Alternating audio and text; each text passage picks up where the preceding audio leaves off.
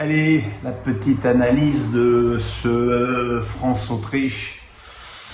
Alors évidemment, c'était un petit peu un saut dans l'inconnu pour les Bleus parce que il manquait 12 joueurs, plus 2 blessés en cours de partie, Koundé et Maignan. Donc évidemment, c'est pas simple. Surtout à 2 mois d'une Coupe du Monde, d'avoir ce genre de match à disputer pour l'équipe de France.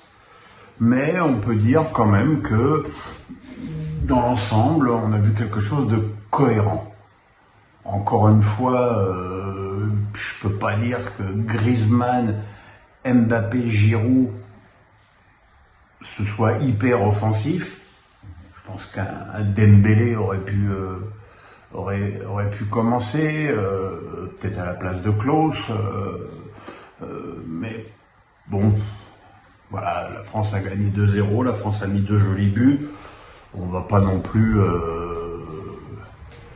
en attendre monts et merveilles, mais j'ai trouvé des choses très positives. Le rendement de Varane, on savait que Varane était beaucoup mieux en ce début de saison avec Manchester, il l'a confirmé de façon assez éclatante contre l'Autriche.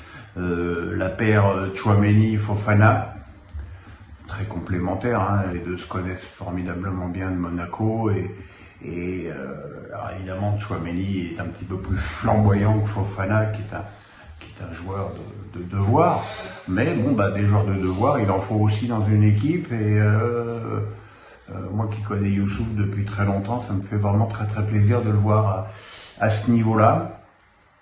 La ligne d'attaque, comme toujours, alors on m'a dit t'es sévère avec Griezmann, bon, je suis sévère parce qu'il a fait une passe décisive, mais je le trouve depuis tant de matchs en équipe de France trop loin de ses attaquants.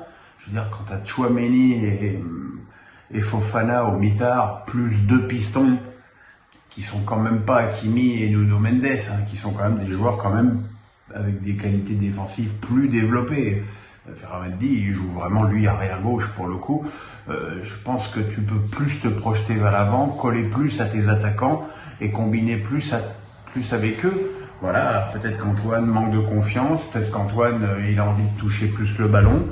Mais en tout cas, quand il va dans la zone de vérité, il délivre un centre magnifique, et j'aurais aimé le voir délivrer d'autres passes de ce niveau, même si pour un garçon qui joue quand même une demi-heure par match, c'était quand même une prestation rassurante.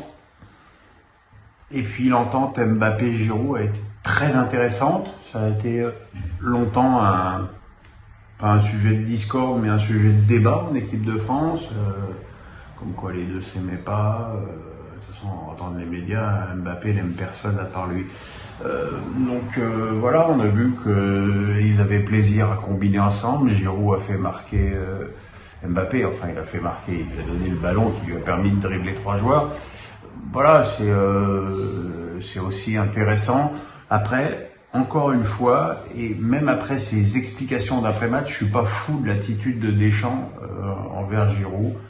D'abord, je ne vois pas en quoi il a besoin d'entretenir un tel mystère autour de la présence d'un mec qui a plus de 110 sélections et qui est à 2 buts du record de buts de l'équipe de France. Je veux dire, rien que ça il est évident qu'il doit y être. Quel besoin il a de manipuler tout le monde avec ses j'ai pas dit ça, mais j'ai pas dit ça, mais il fait tout pour être en équipe de France. Bah oui, comme tous les autres, quoi. Donc ça m'énerve, mais voilà, maintenant le match au Danemark sera certainement plus difficile, et on verra si Deschamps fait beaucoup tourner ou s'il a envie de revoir. Ça, ce sera très instructif de voir si, par exemple, Tchouaméni et Fofana sont de nouveau alignés, ou si Guendouzi, par exemple, jouera à la place d'un des deux.